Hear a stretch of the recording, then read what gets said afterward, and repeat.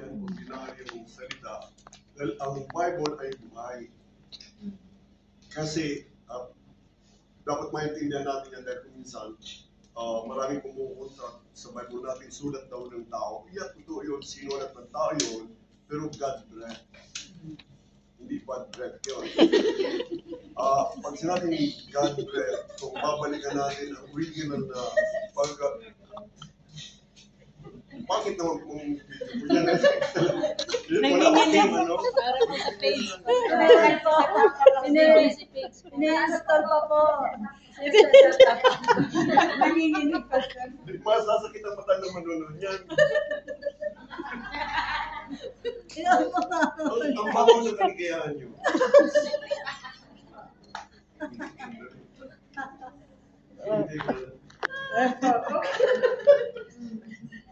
Nasaan po? Okay, wait lang.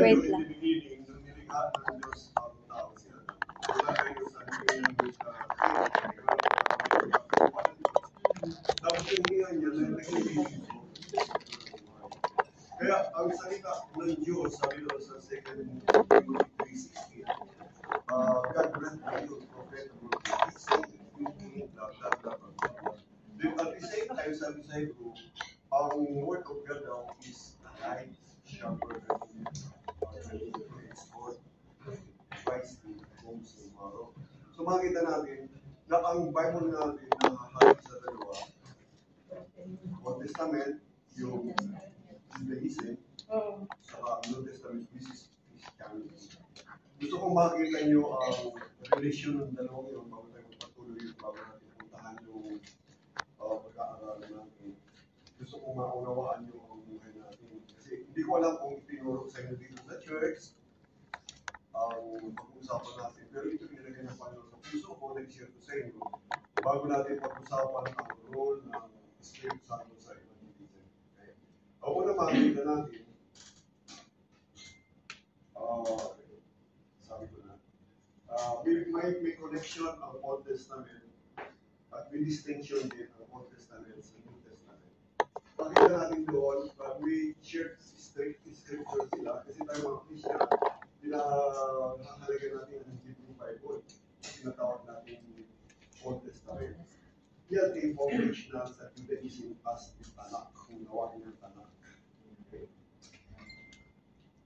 Hindi sila ang mga Hudyo, hindi sila naniniwala sa ating sa Old Testament. So nakapokus sila doon. Ang advantage natin, pinaniniwalaan natin pag yung sinulat na pinaniniwalaan.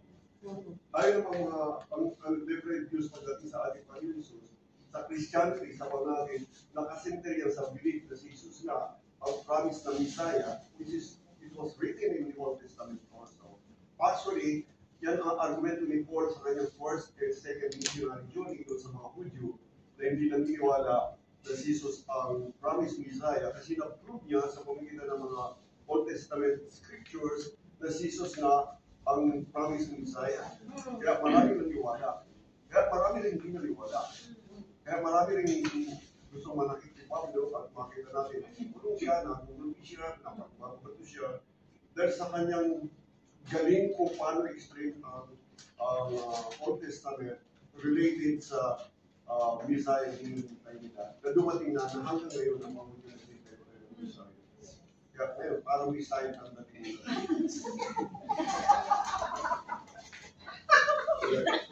So pagdating sa konsepto ng Diyos, ang Christianity, nagtuturo sila ng Trinity. Meron tayong Diyos Ama, Diyos Anak, Diyos Espiritu Santo. Pero pagdating sa Judaism, isa lang tayo. May same sila dito tawag yung nalang. Hear Israel, the Lord God, our God is one. At pagdating sa law and practice, ang Judaism very strong emphasis sila sa anak. Karayo o Jewish law. Samantalang ang Christianity, lalo na nung early development ng Christianity, nagkaroon ng problema. Kasi doon sa mga missionary journey ni Paul, yung una sa kasi yung pangalawa, yung particularly yung pangalawa, kasi tandaan nyo na ang missionary ni Paul, missionary journey ni Paul, doon sending church niya kay Antioch. Pero ang pinaka-central talaga ng Christianity ay Jerusalem. Nandun yung tatlong pillars, si John, Peter, and James. Yes. Okay, okay. Then also, nung nangangaral si Pablo sa iba-ibang lugar sa Asia Minor, present-day Turkey ngayon sa Greece, maraming Hudyo naniwala sa Christianity, maraming Greek din naniwala sa kay Kristo, so maraming nabuhay kay Hudyo at Greek. Ngayon yung mga nabuhay na Hudyo sa Jerusalem, nagsisilos. Kasi parang sobrang daw kalayaan ng mga born-again sa Asia Minor. So, yung mga yung masyadong dahil hard na mga Hudyo, nagpunta sila sa pinunta nila si Pablo, nagipag-debate sila na dapat daw yung mga born-again na Greek, ang mga born-again na Hudyo, dapat sundin ang batas ni Moses. At dapat magpatuloy nila. Nagkaroon sila ng masyadong diskusyon kasi noong araw ang mga Hudyo talaga hindi sila nakikita sa hintil, ang tawag nila sa hintil na dogs. So nangyari, nagkaroon ni Bati para ma-settle ang problema, ipinadala ngayon si Silas, para sa Jerusalem para konsultahin ng tatlong lugar. Ngayon, nag-decision yung tatlo na ay hindi po pala si Silas, si Barnabas pa, kasi later on padadala si Silas sa second missionary. Nag-issue yung tatlo na nagsugawa sila ng sulat sa lahat ng Kristiyano na Greek sa Hudyo sa Asia Minor na hindi na sila dapat magpa-circumcise at hindi na ang gagawin na nila, hindi na lang susundan literally ang lahat ng mga batas ni Moses, pero iiwasan nila ang pagkain ng hayop na hindi nakalabas ng dugo.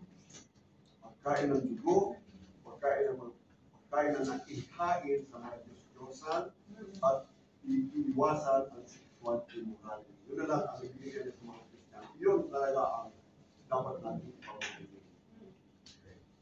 Kaya lang kung minsan may mga Kristiyano na tulad ng Samarista, pupunta pa rin sila doon sila yung mga nakumbisi na dapat, na morning na dapat sunod ka pa rin sa batas na yung pinagdaan mo. Okay. May question. Pag may tanong kayo, anytime pwede nyo po interrupt, nasa lang kamay, papatuloy ko kayo nito. Ang ito sa liyakin ko sa inyo, pero kung salita kayo. Pwede ba yun? Pwede sa inyo yun? Pwede ko dyan. Hindi mo lang nalunod ng chips ko. Okay lang kayo. So, may tanong kayo dito. Sa distinction, sa similarity ng wala na. Tapos, pagdating sa evangelism naman, ano ang difference ng evangelism sa proselyting? Kasi ganito yan, gusto ko linawin sa inyo yan. Kasi marami akong alam na Kristiyano na hindi nag-evangelize, nag-proselyte.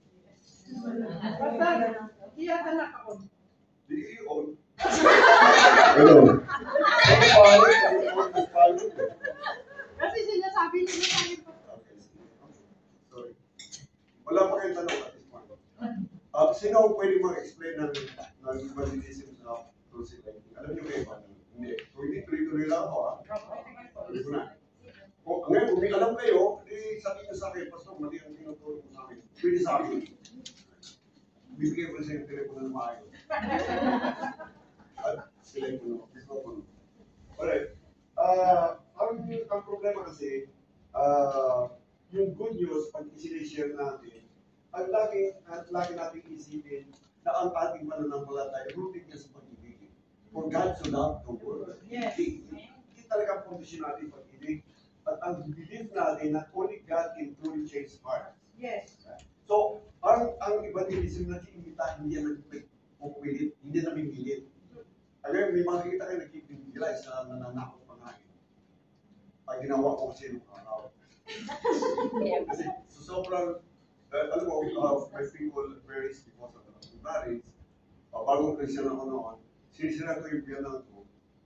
Gusto ko muna yung talaga sila. Dumalaw sa Maynila yung biyanan ko, sabi sa biyanan ko, nanapag, umuwi ka sa Ilocos ngayon, nabang ka ang bus, namatay ka din sa iyo. Wala nung hindi na kami nagkausap.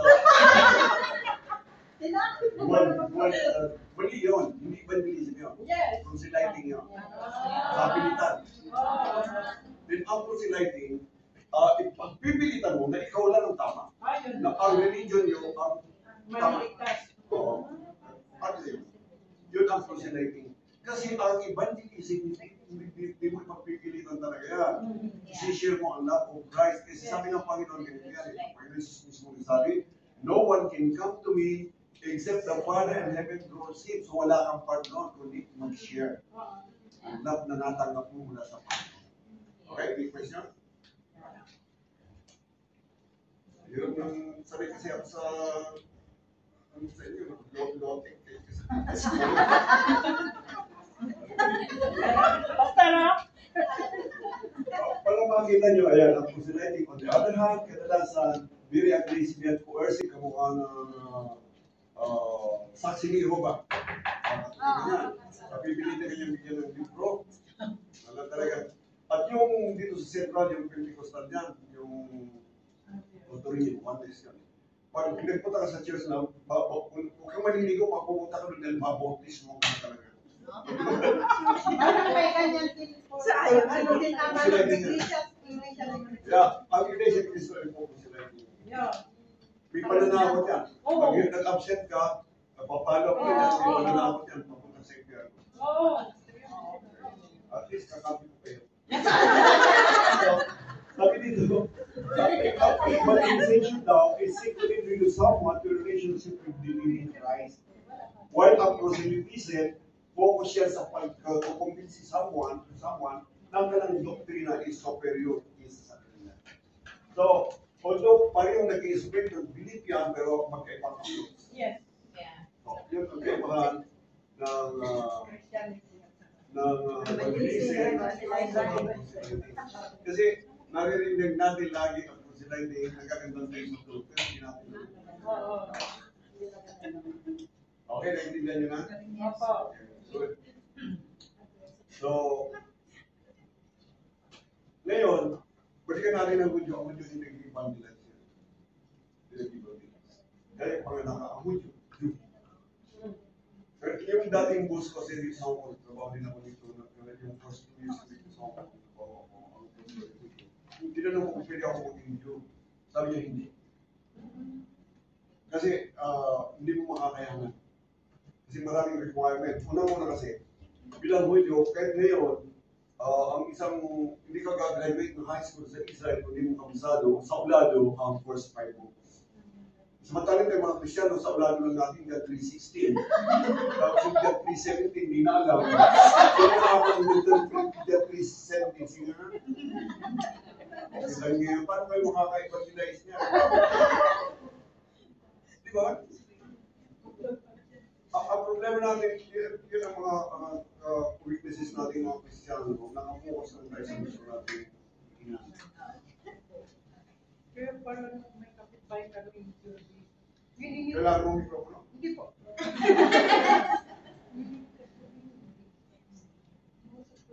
So, ang Hudyo hindi nag-evangelize. Then, also, ano yung hindi sila nag-evangelize? Sila ba ay isolationist? Namumukod sila, ay gusto sila lang? Hindi naman. Kaya lang, iba ang anak mananaw. Gusto kong maunawaan nyo ang Judaism kasi dyan tayo natin. Yan ang magulang natin.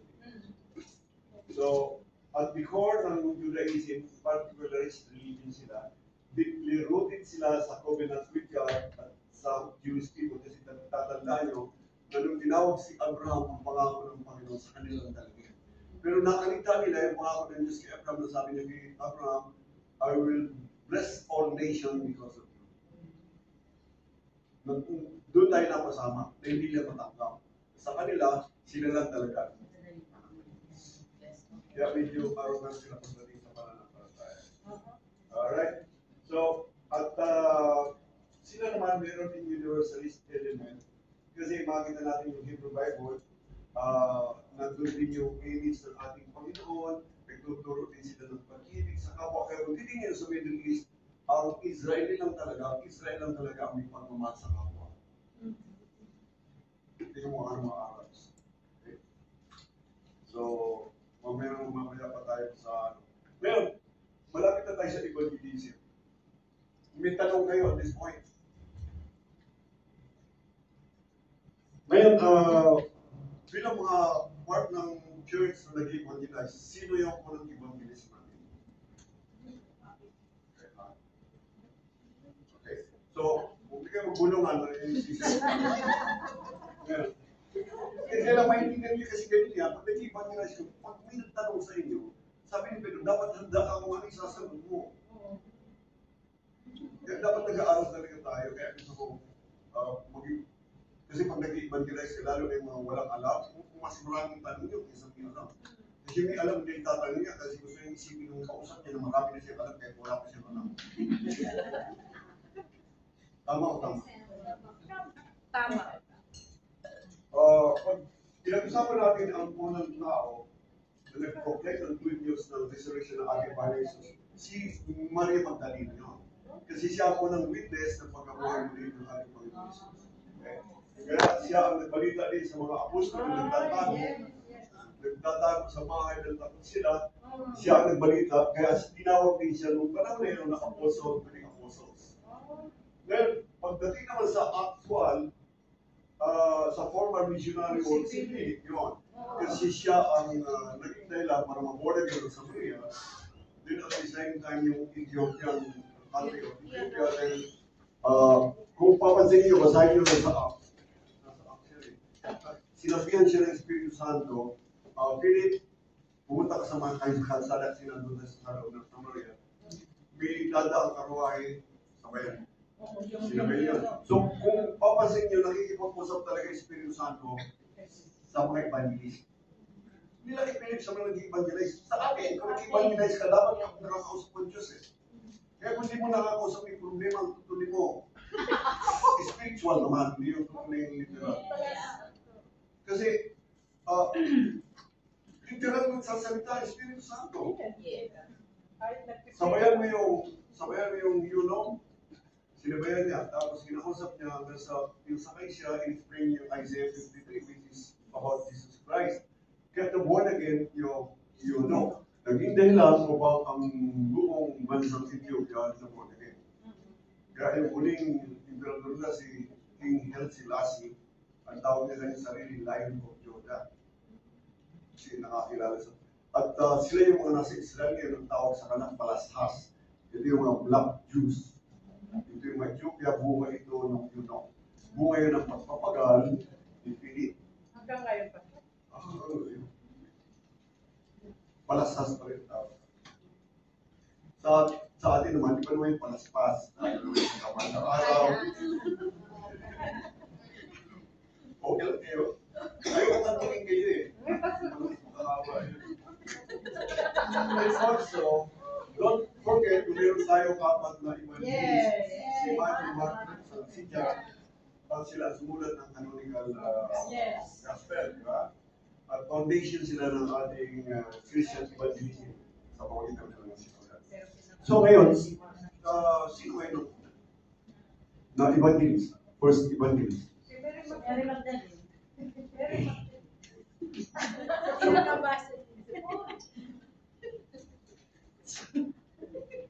Si Paul. Si Paul. Wala si Jesus yung dumating si Paul. Sasabi mo lang, Pastor, si Mary Magdalene. Hindi ako isabi. Pinasa ko lang. Kaya nagtatanong pa rin kung sino yung first evangelist.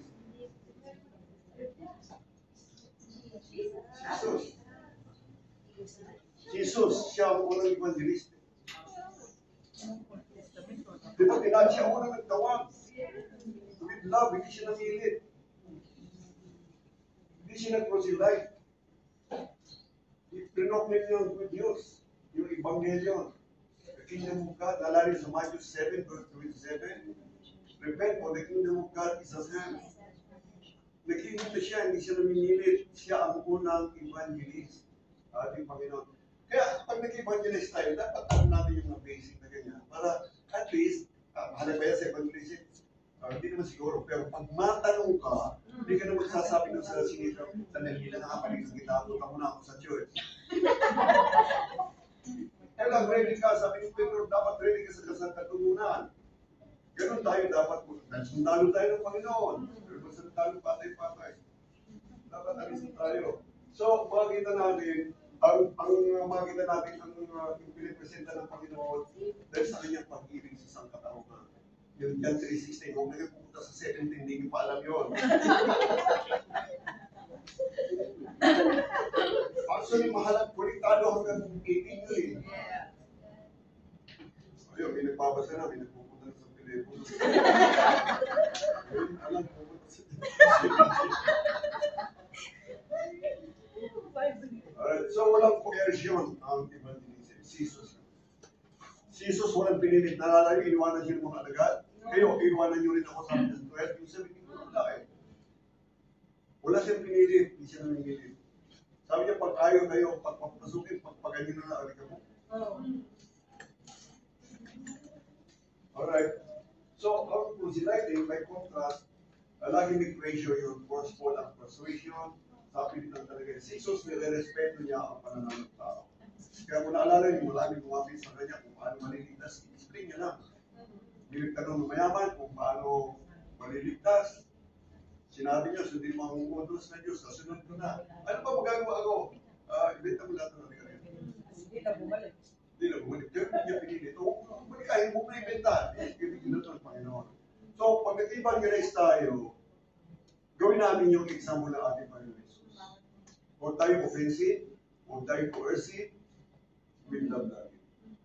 At makikinig tayo sa Panginoon. Kasi tandaan lagi, no one can come to me except the Father and heaven sa ating Panginoon Jesus. Lagi iaakasan natin sa Espiritu Santo ang evangelism. Huwag mong aasahan ang nananalangin at palilimutan namin. Pag sinahan ng Panginoon ang isipan mo, wala ka ng masasabi. Okay?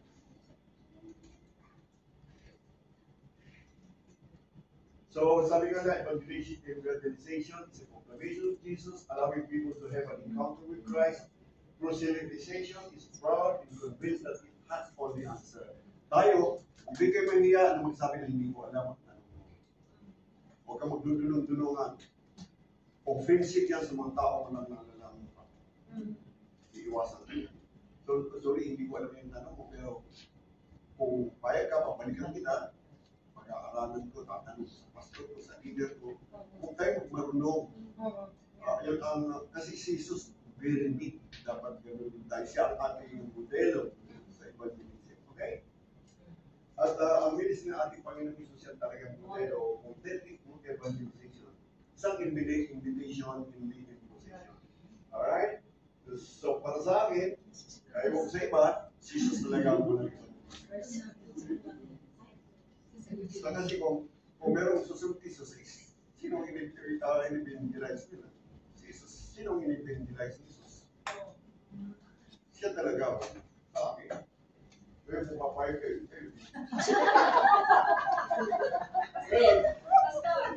Yes. Si John the Baptist, may kukonsider ba na evangelist?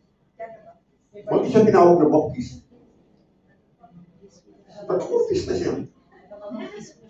Hindi siya nag-evangelize, hindi rin siya nag-apostolize. Tinatabi niya yung iba kasi isa na siya yung punta kay sa akin. Naalala yun, tatabi siya ng tao.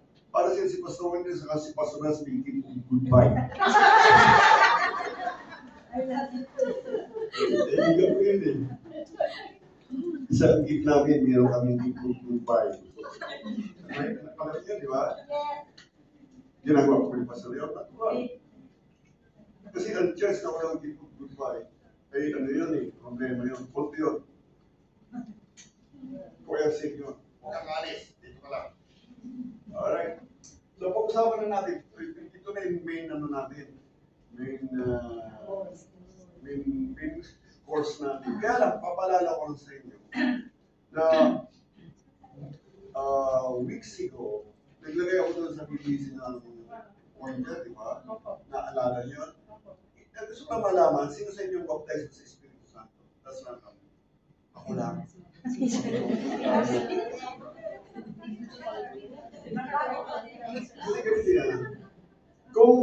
kung kinuha niyo ang subject na evangelism, therefore, ibig sabihin ko siya mag-evangelize. Pero kung mag-evangelize kayo, hindi pa kayo baptize sa Espiritu Santo, maganda naman tingnan. Pero ang epekto na yung problema. Mamaya explain ko yun. Kasi kailangan din yun. Paano kung pastor, halimbawa, yun nga, hindi pa namin yung baptism of the Holy Spirit, mag-evangelize kami. Nagkwento ka lang sa kanya, walang power. You're just proclaiming without power. Kasi yun ang kailangan mo, power ng Espiritu Santo eh. Napansin ko yun, na ang mangyayari nun, magkawamagtunan na kayo, tapos class meeting yun na yun.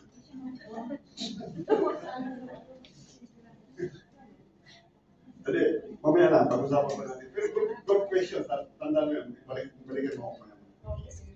So tandaan nyo, ang Espiritu Santo, siya ang pinakasentro ng evangelism. At kung naalala niyo si Pablo, isa-isahin ko na lang muna. Tapos isa-isahin natin pag-aralan ng bawat role ng Espiritu. Ang unang role niya, empowerment.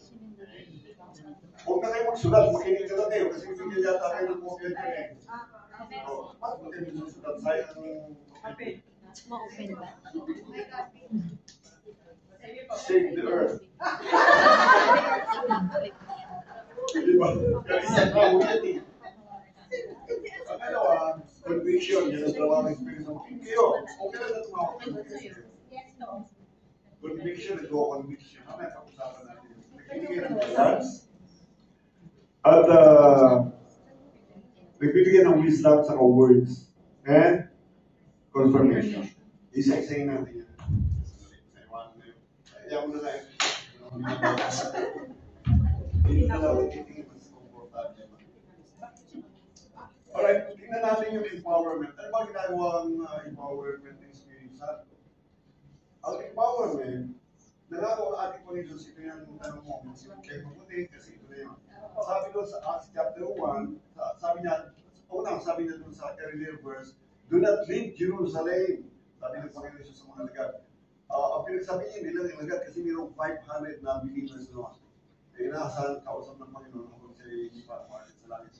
Do not leave Jerusalem, wait for the promise, verse 5 yata, wait for the promise of my Father, and you shall receive power, verse 8, when the Holy Spirit comes upon you, and you shall be my witnesses in Jerusalem, Judea, Samaria, and to the ends of the earth, and I will be with you until the end of the age. Tingnan natin yan. So, dito, pag tinanggap mo ang power ng Panginoon, sabi ng usual receive power, yung power sa Hebrew, sa Greek, dunamis ang tawag doon. Ang dunamis, power, doon kinuha yung word ng dynamo. Dynamite, doon din galing. Huwag na yung dynamo, kung hindi nyo maintindihan sa sakyan yun, nag-produce yung kuryente yun para ma-replenish yung kuryente na nagagamit ng baterya para hindi natutuyo ng kuryente ang baterya. Okay, naibinan niya. So yun ang power. Pag pinalis mo yung dynamo, yung dunamis, wala kang power. At maraming nag-evangelize na walang power. Mean knowledge, pero walang power. You can evangelize without power, pero sayang naman ang laway mo. Sayang, kailangan mo sa mga sabay, wala nang staff. Walang ano yung staff. Hindi mo na kailangan sa staff.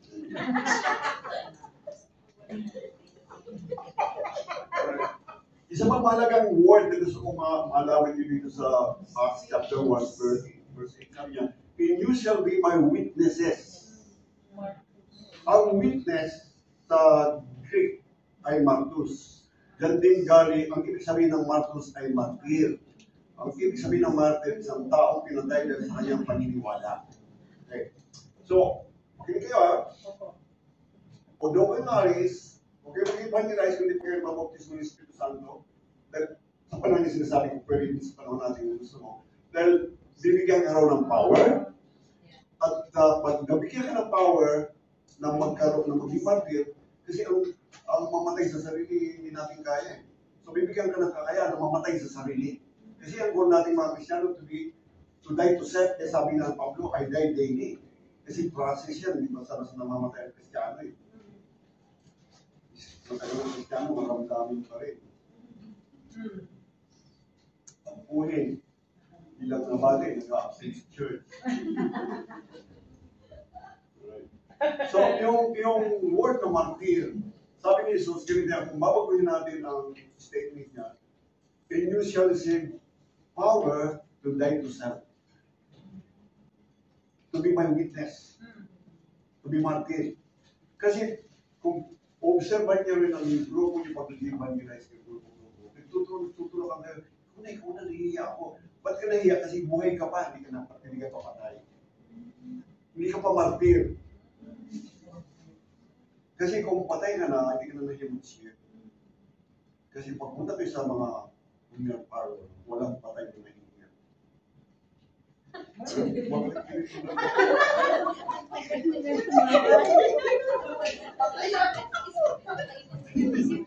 Diba? Bakit na kayo patay na nagreklamo? Ha? Hindi na ka, kasi hindi ako marunong magtulog na hindi masaya. Kasi yan ang tatak ng Christianity, tandaan nyo, kagalakan at kapayapaan. Seryoso lang kayo, wala namang pitumalam. Ito kunwari lang. Kasi sabi ng iba, no talk, no mistake. Kaya yung mga bobo, hindi sa salita.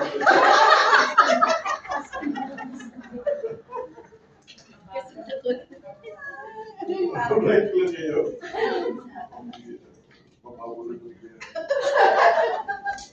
So, seriously, kailan mamatay talaga tayo sa ating sarili. Yan po natin eh. We have to like ourselves.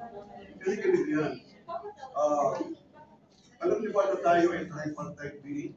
Meron tayong katawan, meron tayong kaluluwa, meron tayong espiritu.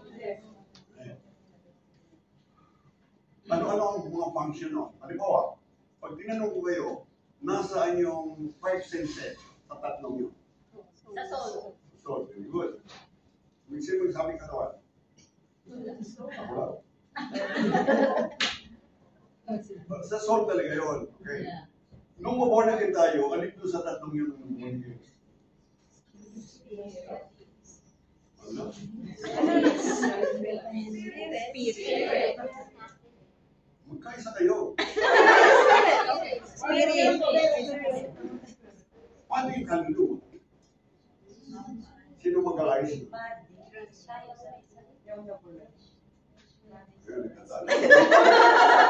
Ayun, buti baka matansikan yung linggo dyan.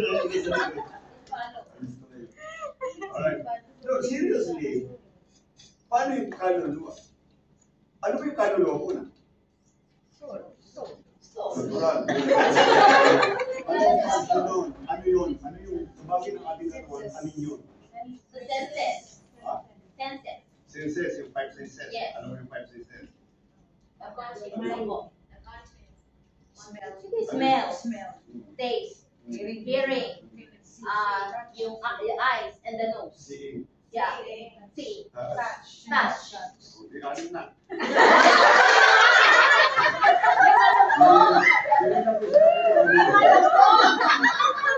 Lima lang po. Ano man sinabi mo yun? Okay. Nose. Seriously, ano ba ang bahagi pa ng katawan natin ng part ng kaluluwa? Isipan. Desisyon. Yung kakayahan mo mag-desisyon. Yung kakayahan mo mag-say no, mag-say yes. Desisyon. Kaluluwa yan eh. Kung ang espiritu mo na born again, paano yung kaluluwa? Sutil yun eh. Gusto nang puro tayo, flesh yun eh. Paano yun? Sino mag-ayos nun? Yung Holy Spirit. The Holy Kaya Spirit. papasok trabaho sa iba. No, kaya nga, yun ang problema natin. Hindi natin naiintindihan kung sino mag-aayos nun. Tayo mag-aayos nun. Saan natin yun? Romans 12:1 and 2. Ano sabi sa Romans 12:1? I urge you therefore, brethren, to offer your bodies as a living sacrifice. Ikaw muna, yung bodies kasi doon naka-share yun ng spirito sa kanang kaluluwa. So, i-offer mo yun. Tapos, anong sabi sa verse 2? Do not conform any longer to the pattern of this world, but be transformed by the renewing of your mind. Sino magre-renew ang Espiritu Santo? Kaya natatagal natagalan na yung tumino kasi akala natin trabaho ng Diyos yun. Trabaho natin yun. Nako. Kasi, bakit ito ipapasa ang trabaho natin sa Diyos? Binigay na sa atin lahat eh. Kasi kung Diyos gagawa, robot na tayo noon. Asan ang volition? Asan ang kakayahan natin mag-desisyon? Wala nang will. Nandun ang will sa kaluluwa. Naisisip mo yun? Yan ang reason kung bakit maraming Kristiyano ang tagal bago maging matino. Kasi hindi niya alam kung sino magpapatino sa kanya. Kala niya si pastor, kaya galit si pastor. Maturo naman pastor, wala mo kwento yan eh. Ikaw ang tutulong sa sarili mo. Do not conform any longer to the pattern of this. So, dati ganito ka, di babalik sa rin.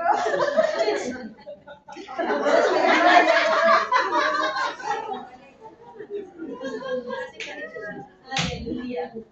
Tawa tayo, pero ng reality. That's true. Maraming Kristiano ang ignorante, kaya sabi ni Pablo lagi, I do not want you brothers and sisters to be ignorant. Ay, ang naib, mabuti pang naib sa ignorante. Ang naib, mananalaman niya, mahihain lang. Ang ignorante, walang buko yun. So, tandaan nyo na ang obligasyon natin sa ating sarili, kaluluwa natin. Yung kaluluwa natin, yun ang gusto nasa park.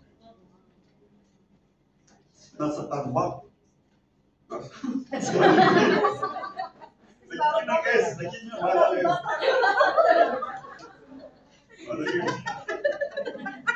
Lagi nyo, kayo ng lalo magbigay. Kasi hindi lahat sa akin magagalit, iba sa inyo. Wala kang tarbak, kayo wala kang kaluluwa natin. Trabaho natin yun. Kaya tayo nahihirapan, tayo mag-develop, iniaasahan natin sa pastor, sa leader, sa Diyos. Sabi niya kanina, sinasabi sa Spirit Santo, no. It's your job. Okay na? Kasi, wala sa isa'y pag-aralan natin, hindi natin alam kung paano nagpapangsyon ng ating buhay. Tandaan nyo, tripartite tayo, hindi katawan tayo. Katawan, wala yan eh. Kung sino ang halik ng buhay mo, dati ang nakaupo dyan yung kaluluwa mo nung dumating Espiritu Santo, dapat Espiritu Santo ang naghahalik ng buhay mo. Kaya yun din dahil kung bakit bilis na pupunta sa church, suddenly nag-change ka ng direksyon, natasa ka pa. Kasi natalo yung Espiritu ng kaluluwa. Kaya yun? At sorry kung sasabihin ko maraming Kristiano. Dahil hindi alam ko sino siya. Yes. Amen. So, piling niya sarili. Kasi ang Diyos hindi siya diktador, liberator siya.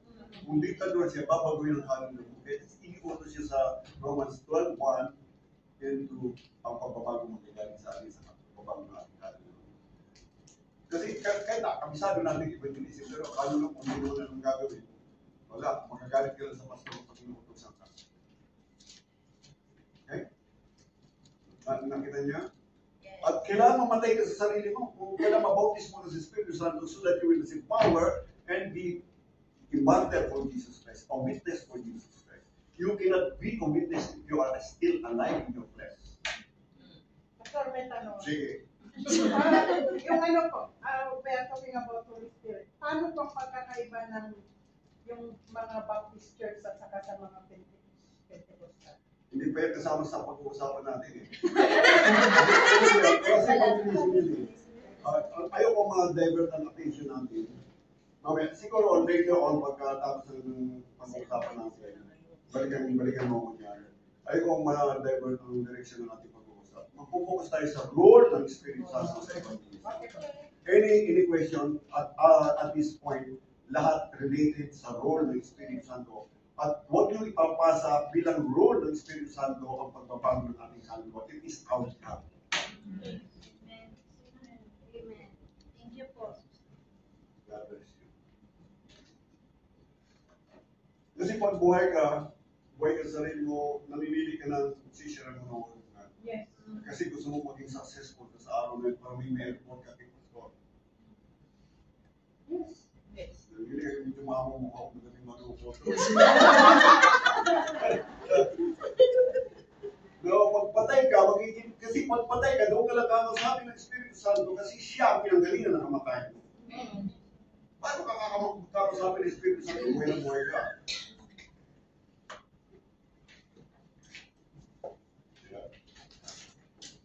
So, napakahalaga ng Acts chapter 1 verse 8. You shall receive power when the Holy Spirit comes upon you, and you shall be my witnesses. You shall be my martyr, and you shall die for me, so that you can share about me. Yun ang ibig sabihin nun. Pero pag buhay ka sa sarili mo, tutulakan kayo kung kasama mo ng ibang din. Ay, ako Oh yes, nangyayari. okay. At di mo patay, kahit saan kalag ka rin ang kabaw niya. Kahit saan mo isa kayong payag, bitbitin payag. Tinapon na sa taas. Wala yung magagawa yun. So, yun lang siguro. Tapos ano pa? Sa Corinto, yan ang sinabi ko rin. May mga layer naman yung martyr. Tingnan na natin mga martyr. Kasi maraming layer ang term na martyrs. Pero tinatawag na religious martyr. Katulad yung mga namamatay sa pananampalataya. Tulad ng, sino yung unang martyr? Christian martyr? Stephen. Very good.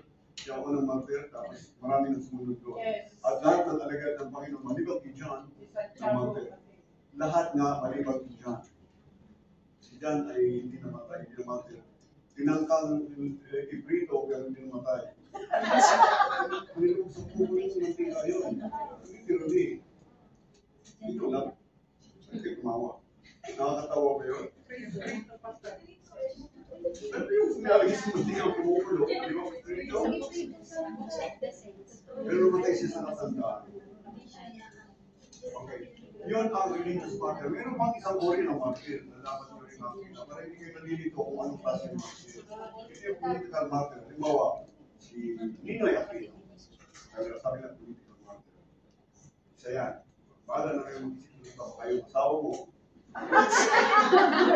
Yung cultural uses meron din martyr. Di ba kayo, nagpapakamartyr kayo.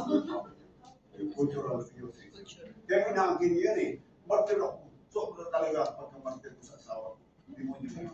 Hindi makakul pa eh. Pwede mo i-delete yun? Continuous was the way. 5,000 views. Sino mo i-delete sa password nila? Ha? Mga previous. Wala mo pa. Hindi siya makikita ni Pastor. Pag hindi password yun, delete pa rin. Kung hindi, di na ako magtuturo. So, yung tatlong klase ng martyr, gusto ko makita nyo rin, para alam nyo kung sino kayo. Kung mamaya sabi nyo, ano ko, religious martyr o hindi ka martyr. Cultural martyr ka, pang-martyr ka sa tatamahan mo.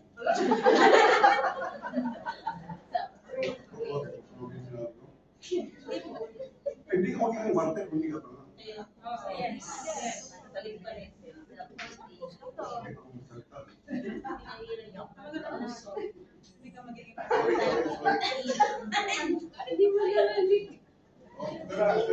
Therefore, we receive the power of the Holy Spirit to be martyr, to take yourself. Hindi na nahihiyang mag-share ng word of God. Kaya nagtanong ako kanina kung sino sa inyo na bautismo na sa Espiritu Santo. Kasi ibig sabihin, pag nag-evaluate kayo, tutulangan pa rin kayo. Mapasasagasaan kayo ng mga ginagawa.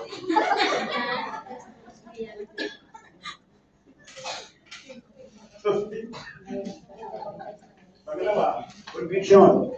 Ano yung conviction? Ang Espiritu Santo, inisira ang ating puso. Hinihipon niya ang ating puso. Sabi doon sa John 16:8, and when He comes, He will convict the world concerning sin and righteousness and judgment. Okay? At ang Panginoon, ang Espiritu Santo siya rin prepare ang tao para makinig at mag-respond sa mag-share. So, ang trabaho ng Espiritu Santo is to pro. Dalawa. Pag nag-evangelize ka, dalawa. Kung kasama ng Espiritu Santo, dalawa ang job niya. I-prepare ka niya sa decision mo, i-prepare niya yung decision mo. Kung saan niya, spiritual niya. Kaya kung hindi ka bautismo sa Espiritu Santo, sarado lang yun. puro pag-usapan yung maritis kayo pareho.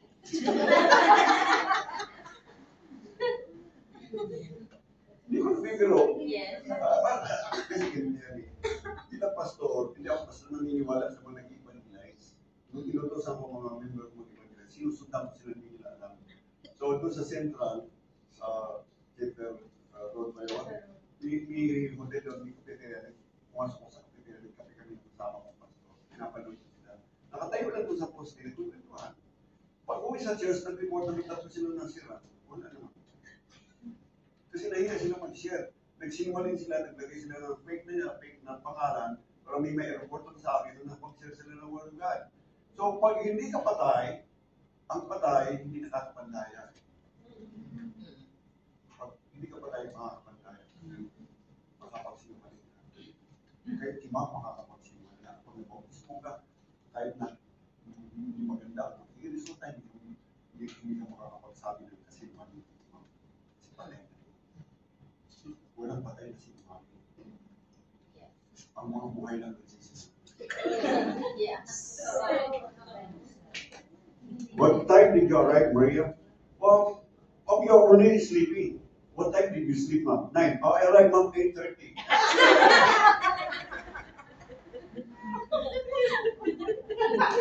Buhay! Ako nakakatawa ang pinag-usapan natin. Pero yun ang buhay natin. Kaya hindi tayo mapanood to, ang hirap parami ng church dahil maraming buhay. Kaya matay tayo na. Pag hindi tayo namatay, hindi tayo patay. Hindi nag-iipon ng Panginoon ng buhay, nag-iipon siya ng patay. Sabi nyo, hanggang hindi kayo namamatay sa sarili. Wala kayong buhay. Okay? Ito pa. Nagbibigay din siya ng guidance. Okay, question kayo sa walang dalawa.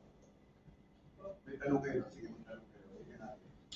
Ano yung nauna ng dalawa? Conviction sa kayo sa parte. Una.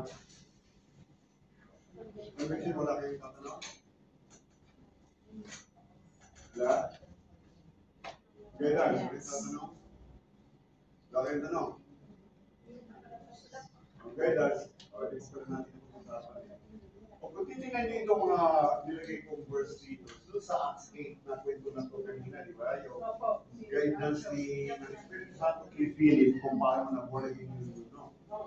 At doon sa Acts 13 verse 2, ito yung fasting yung mga leaders doon sa Antioch.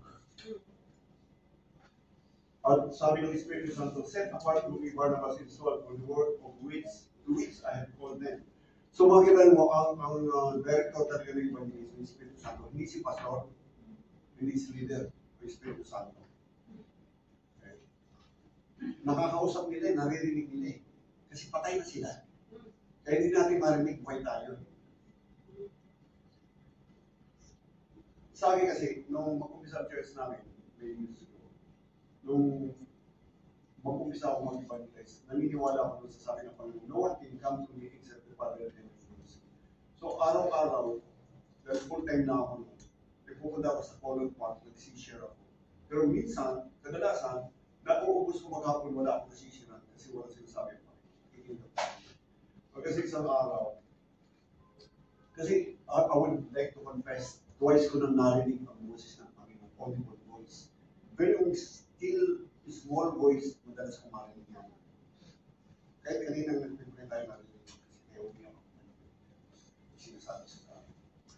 Isang araw, maghapon na ako sa Colon Park, doon ako nilalaman yan eh. Noong palupong na araw, uwi na ako, pababa na ako doon sa exit 8, sinasabi. Sabi ng Espiritu Santo, bumalik kami, may dalawang babae doon sa hagdanan. Pumunta pa nung araw doon. May kawayan pa nun. May dalawang babae doon. Sabi ko, di mo bumalik ako, di ko alam kung sino. Pero magkalayo sila doon. Pero naririnig nila ako, sabi ko, mga sis, pwede ko bang makausap kayo kahit mga 5 minutes? Oo, sabi ko isa. Ay, sorry po, may nilakad ako. Malis isa. So yun isa nakinig. At maya umikat na siya. At doon siya at the end ng aming conversation kasi na-share na siya, tinanong niya ang Panginoon. Kasi yung palang gabi yun, nagpaplano siya magpakamatay. So kung makikinig tayo sa Panginoon, maraming maliligtas physically sa spiritually. Pero hindi natin maririnig ang boses ng Panginoon kung hindi tayo mabautis ng Espiritu Santo kasi wala tayong power. Okay? Kaya napakahalaga ng bautis mo sa Espiritu Santo. At kung makikita nyo rin sa first missionary journey ni Paul, wala silang masira. Tapos, nagkaroon siya ng vision, prostrated din si Paul. Nagkaroon siya ng vision at isang lalaki mula sa Macedonia, tinatawag sila. Sabi na, pumunta ka rito agad, kailangan ka namin. So, pinag-anak nila, sabi doon, masaya ko naman, come over to Macedonia and help us. And when Paul had seen the vision, immediately he sought to go on into Macedonia, concluding that God has called us to preach the gospel to them. Bakit us? Bakit we? Si, ano yan, ang nagsasalita dyan, ang sumulat kasi niya, si Lucas. Isang asawa ni Pablo. Siya ang nagnanarit niya. At pagdating niya sa Macedonia, walang lalaki. Nandatnan niya na babae. Sino man ang pangalan natin? Yung pipina ng purple na. So yun ang na-convert niya. Kaya minsan, dadalhin tayo ng Panginoon, sasabihin siya, sunod ka lang. Ang resulta, wala kang pakialam, sunod ang bahala doon. Ang problema natin kasi, bago tayo lumakad, alam na natin ang gusto natin maging resulta. At kamukha, may papay sa akin. Sabi niya, Pastor, ang burden ko ay mapamaging ko. Hindi naman masama yun, pero mag-ingat ka. Kasi tayo bilang mga lingkod ng Panginoon, trabaho namin, kung anong sinasabi ng Panginoon, day to day na. Ngayon yung mga kamag-anak natin, okay natin, pero huwag ibubus lang doon kasi baka ang mangyari, magkaroon ka ng messianic complex. Ano yung messianic complex? Alam nyo? Oo, messianic complex. Sa halip na maging kaaway ka ng Panginoon, Antikristo yan, na espiritu na mapasok sa'yo, nakakala mo sa Diyos. Kasi gusto mong maligtas sila lahat, ikaw na nililigtas. Tanda mo lagi, no one can come to me except to Father in heaven proceed. So hindi ikaw yun. Pag ikaw na ang nililigtas, kung sino maliligtas, messianic complex yun. Halimbawa, yung pagpapadala ng pera, sa unang mahal natin sa buhay, kahit na kung wala pinadadala mo pa, hindi mo na trabaho na ng anak mo yun. Parang sa'yo kasi, paano kung ma-discuss yung mga mo? Pwede mo mga anak mo din. Messianic complex yun. Very, napakasamang espiritu ng diablo yan, na akala mo sa Diyos. Kalaban mo ang Diyos doon pag nagkaroon ka naman. Kaya ang gagawin natin, sabi ko sa kanya, tuwing maga, mag-pray ka sa Panginoon, tanong mo si Lord, Lord, anong gagawin ko para sa iyo ngayong araw nito? At ano rin, alam ko gagawin ko sa akin, Panginoon, pero kailangan pa rin kita. Itong alam natin gagawin sa trabaho nyo, dapat sinasanggulin yung Panginoon, kaya ang susugatan din. Sanggulin ko sa Panginoon, ingatan kayo ng Panginoon. Alright? May question? So, ang guidance ng Panginoon, hanggang ngayon, di sila nabago is the same yesterday, today, and forever. Kung paano niya pinag-usap sina Pablo, sina Philip, ganun pa rin tayo kapasabi, ba't kinakailangan patay ka? Patay ka sa sarili lang. Kasi ang kalaban talaga natin, kaluluwa natin yan, umahadlang sa message ng Panginoon. Ang espiritu mo, tanggap na espiritu mo yung lalabanan ng reasoning mo. Mainit ang panahon, dito ka na. Tarbak ka lang. Okay.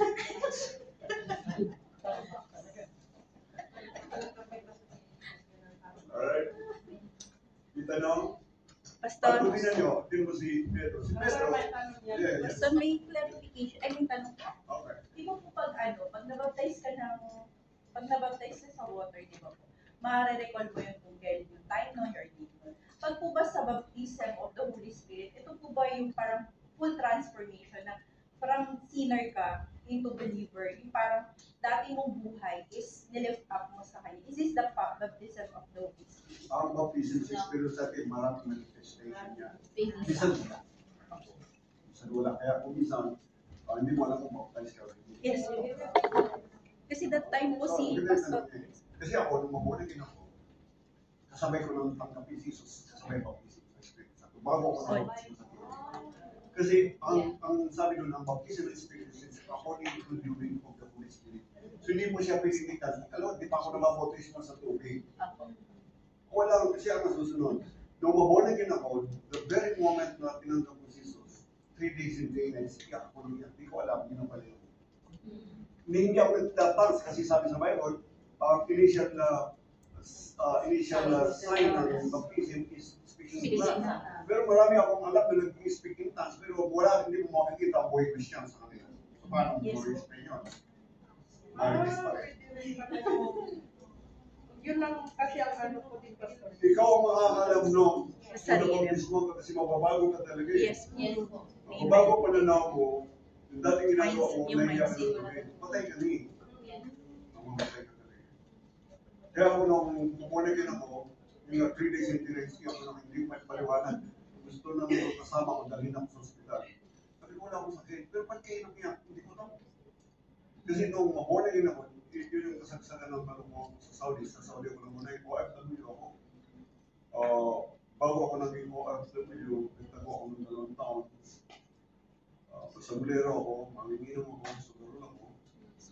At the age of 14, umuwi na ako sa pamilya ko, nabuhay ako sa akin, sa asawa ko. Nung asawa ko, kala ko matino na ako, hindi mo pala.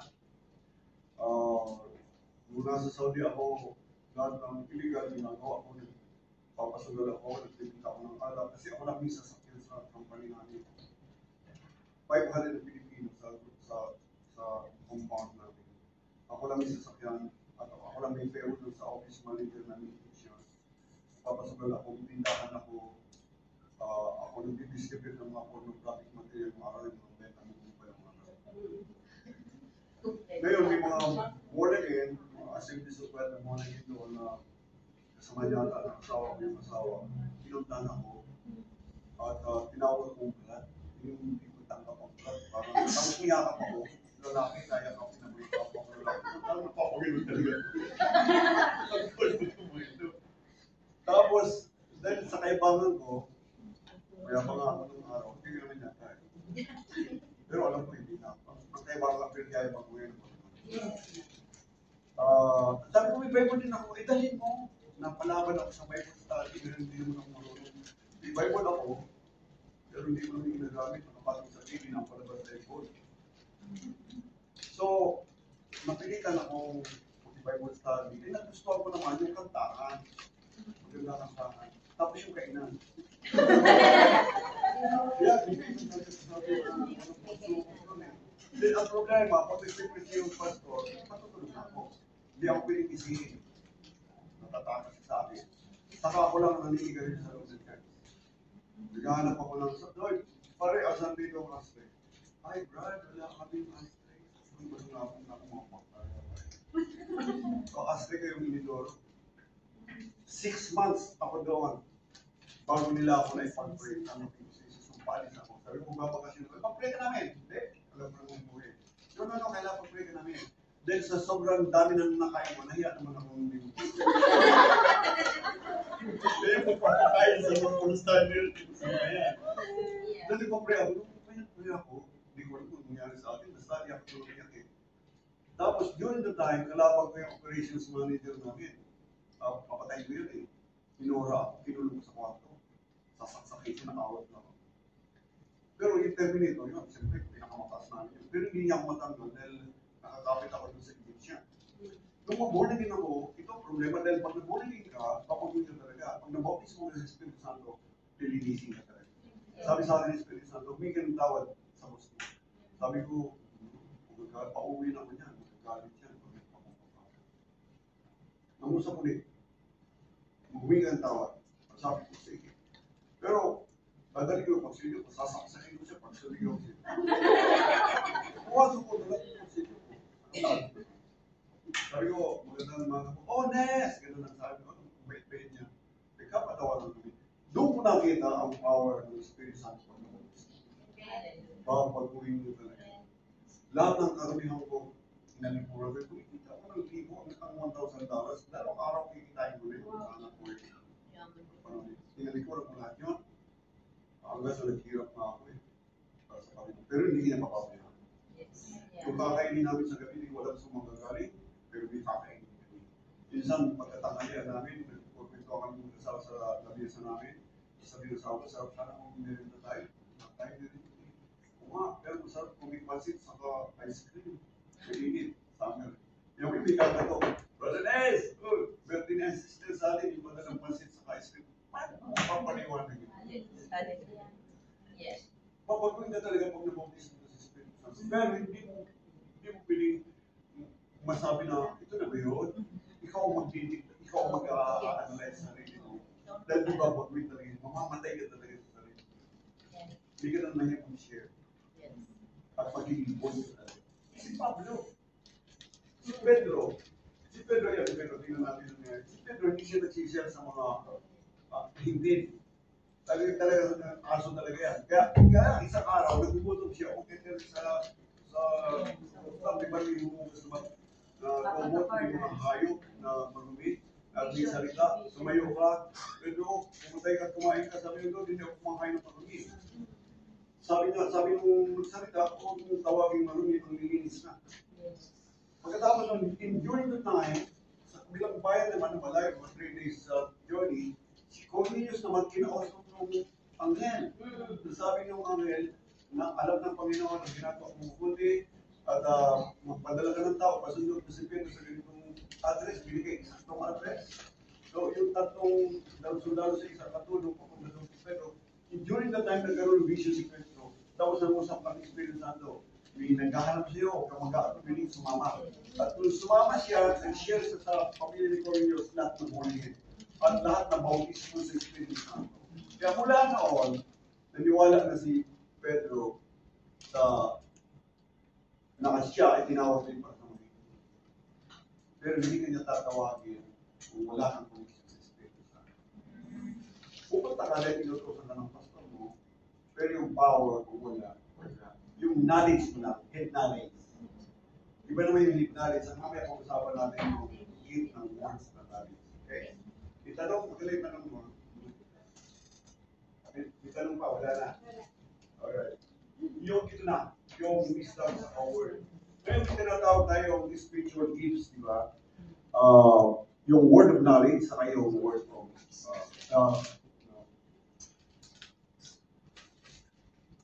word of wisdom, saka word of knowledge. Walang gift of knowledge, walang gift of wisdom. Ang tawag sa Bible ng word of knowledge, word of wisdom. Ano yung word of knowledge? Ang word of knowledge, isang bagay, isang katotohanan na hindi mo alam, na suddenly ibigay siya ng Panginoon. Halimbawa, bigla mo nang malalaman ang problema ng isang kapatid mo na hindi naman nag-open up sa'yo.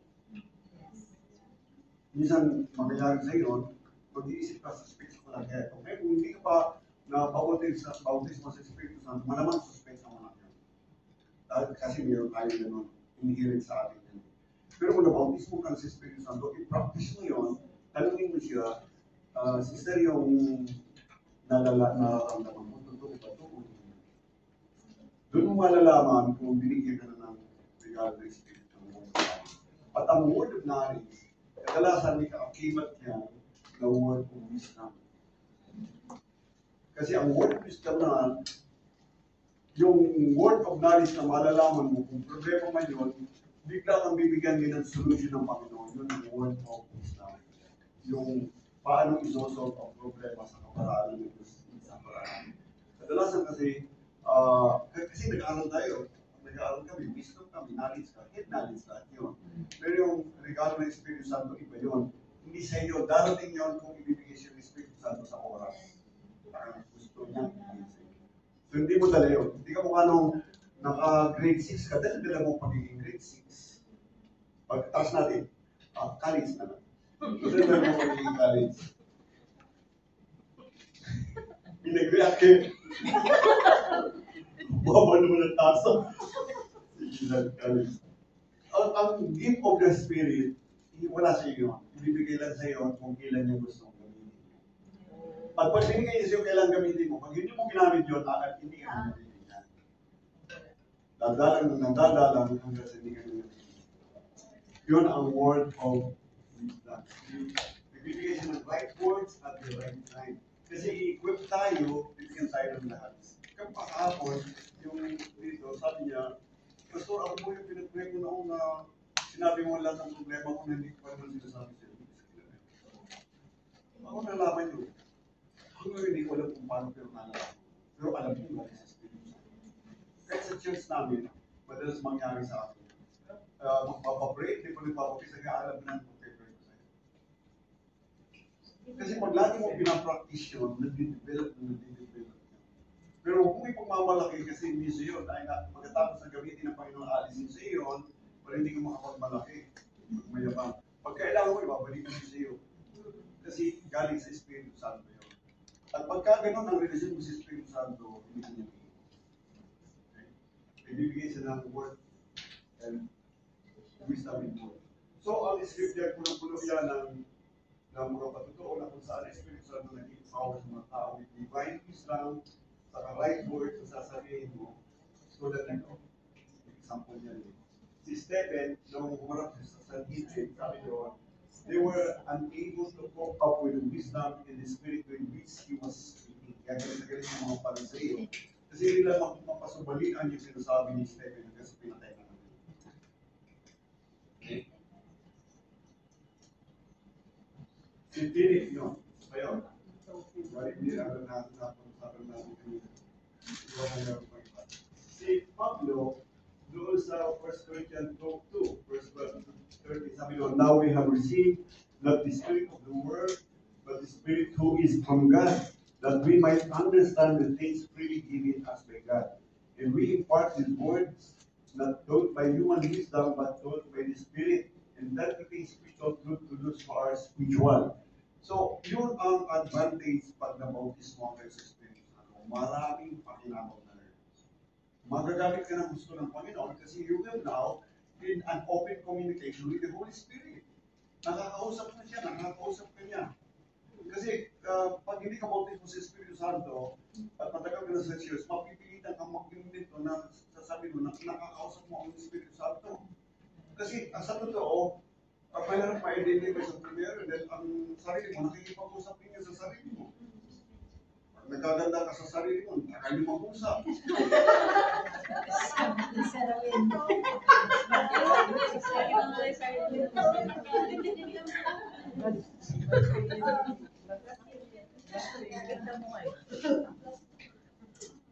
Hindi blasphemy yun.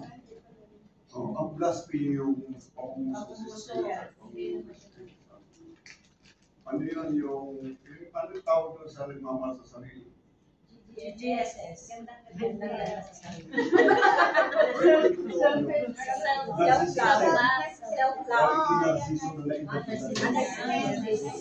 Narcissus. Ang ganda sa sarili sa Facebook.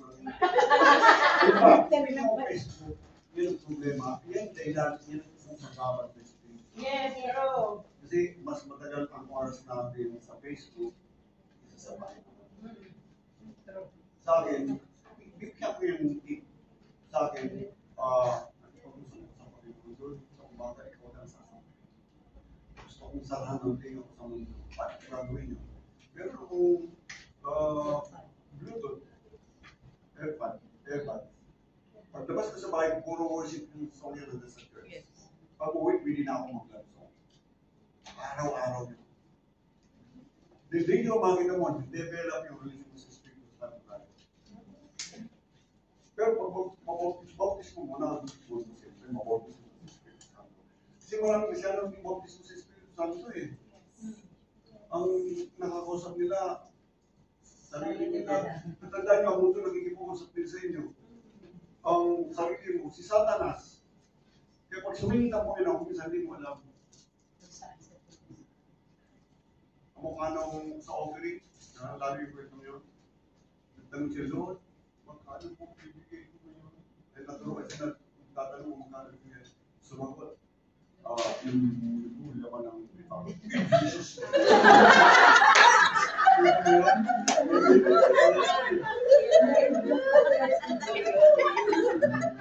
Kasi, alam mo, boses eh. Mamahalin mo siya. Tulad din ang pagmamahal mo sa asawa nyo, kahit ihalo ko yung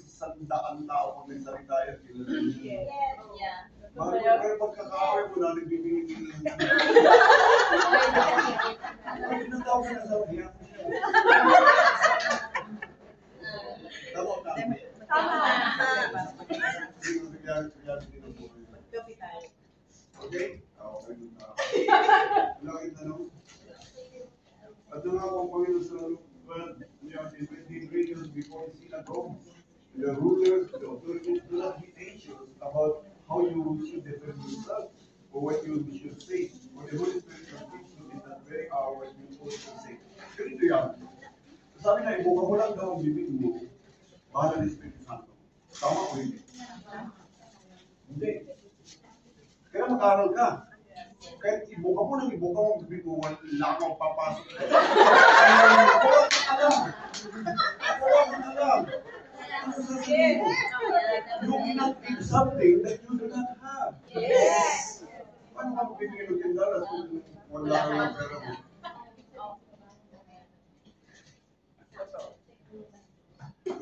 So, ano pa?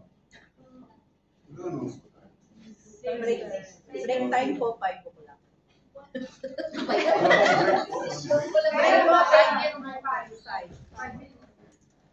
May confirmation binibigay. Tanda ko balik ko. Palagi ko marami sa inyo na hindi pa nakapagpapos sa Spirit Santo. Nakapagpapos sa Alam ko last time mo kay Pastor Huy, meron po. Okay. So, ang confirmation, ang Espiritu Santo, kino-confirm niya, ito na yung sagot sa tanong mo. Next. Sa tanong sa tanong, kino-confirm niya yung bautismo sa Espiritu Santo through signs and wonders. Minsan, kasi ito yung assurance na ibigay sa Espiritu Santo na nabautismo ang hindi makikita siya yung signs. Yung malak. Marami kasing gift ng Espiritu Santo. Marami yan. Hindi lang minsan kasi siya na pinag-aaralan natin. Pero marami yan. Marami ang gift ng Espiritu Santo. Kaya lang kung isa kasi hindi natin alam kung gusto natin hindi. Kaya sabi ni Pablo, desire the best gift. Kaya pagdating sa word na best gift na gusto. Ay sa'yo. Ano siya ang best? Kasi dapat alam natin ang gusto natin. Kasi kung hindi mo alam kung ano gusto mo, kung hindi mo kaya sagutin yung desire the best gift, hindi best gift. Kung hindi mo alam yun, hindi mo alam kung hinihingi mo sa Espiritu Santo. Alam mo ba, ay gusto ko yung prophecy. Maraming ganun eh. Kahit ka maghula-hula, lakis maghula ka eh. Gusto mo mag-prophesy. Paano ngayon kung lalapit siya yung tao, hindi naman nagpapaprophesy, kundi may sakit sa ulo. Ang kailangan niya healing, hindi prophecy. Paano ngayon yung best gift mo? Hindi best gift yun. Ang best gift ay kung ano kailangan tao, may ang ka. Nalaro si Pedro, si John, naglalakad sila sa si Pedro, may puro vino po. Sabi niya, ginto, pilak, wala. Ano meron akong binibigay kasi, wala lang Jesus, wala ka. Kung anong pangalan ng tao, meron kang kakayahan. Actually, yun ang tinatawag ng prosperity. Yung kakayahan mo maabot ang kapangyarihan ng Diyos, walang maabot sa tao pangangailangan. Kaya wala ka, pero meron ka. Si Jesus. Kasi minsan kasi ang tao kasi ini-equate natin agad sa pastor, maraming pastor din pumunta sa mga church. So, lagi ko confirm ng Espiritu Santo yan. Kaya yung tanong mo kung paano malalaman, unti-unti malalaman mo kung maraming mangyayari sa iyo na confirm ng Espiritu Santo yung ginagawa mo. Ayon sa kanya. Sign, wonders. Mag-umpisa ka sa maliliit na bagay. Kasi mahirap i-identify ang boses ng Espiritu Santo sa primero kasi maraming ang kumakausap sa iyo. Number 1 kalaban mo ikaw, nakikipag-usap sa sarili mo talaga eh. Ito ang dapat mong gawin, ito sinasabi sa akin ng Panginoon. Pero hindi mo siya nakakausap ha. Sarili mo, nagpilit ka sarili mo. Makausap ka sarili mo.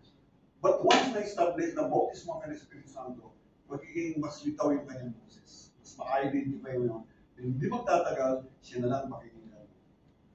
Pati sarili mo, hindi mo na pakikinggan. Kasi ma-identify mo na kung sino. So yun ang sagot. Hindi kasi Pastor, i-share ko lang po. Kapag nung time kasi namin mga project namin sa preaching, kapag nandiyan ka kasi sobrang kababo, pero when you have the knowledge and the guidance of the Holy Spirit, parang pag nakatayo ka, kung ano lang yung parang nasusustain, alam mo yung knowledge, but the Holy Spirit will lead you para mabigay, through speaking, para pag nag-preaching mo is kung ano yung gusto niya iparating. Yun yung Actually, yung pag-win lahat ng mga pinamata. yes po. That's why yung last week po is the salvation, testimony of my salvation. Sabi ko, Lord, sobrang amazed ako sa'yo because the transformation was truly nabigay lahat po. From the beginning, from sinner to believer. Parang sabi ko, Lord, hindi ko to kaya kung wala ka. Yeah, totoo yun. And for that, parang madali lang magsalita in front of everyone. But sharing your life story is very difficult. Pero kung wala yung Holy Spirit in yourself, at wala ka rin knowledge, wala din po. Kaya nga, yung sabi na rin kung walang bibig mo, parang totoo yun. Kaya mag-aaral ka. Pero tandaan nyo ito, kahit nag-aaral ka, kahit nabaptis ko na kasi ito sa amin ko, pagdating sa pulpito, may nervous na rin yan. It takes time bago mo mawawala yun. It takes time. Normal talaga yung tool ko, nag-fellowship yun sa primero. Nagpapangkaan. Hindi mo mawawala. Kasi ganito, pag wala ka ng nervous, wala ka ng delikado. Pinaasa sa Panginoon. Pag ikaw na yung magaling. Kaya pag alam mo may nervous sa Panginoon, mananalangin ka. Hindi aalisin ng Panginoon completely yun. Kasi kahit matagal ka, kahit ako, meron pa. Nararamdaman ko, nag-pray pa rin ako kasi alam ko, ibablock ka ng screen sa ibablock ko yung kanyang pag-ibig sa sa tawag natin mental block, dahil sa kanya yun. Kaya kanyang block ko yun. So, pero pag nabopis mo ka sa Espiritu Santo, yun ang pasimula ng isang bagong stage ng buhay mo na very kakaiba talaga yun. Gusto ko maranasan yun talaga. Kasi gusto ng Panginoon, sabi ni Pablo, gusto niya lahat mag-bopis sa iyo. Lahat. Actually, lahat ng Kristiano may regalo ang Panginoon. Lahat naman tayo may gift. Kaya lang hindi na-develop dahil nga buhay tayo. Pag hindi buhay ka, mahirap kasi pag patay ka na, madaling ma-develop yun. Hindi natin para matapos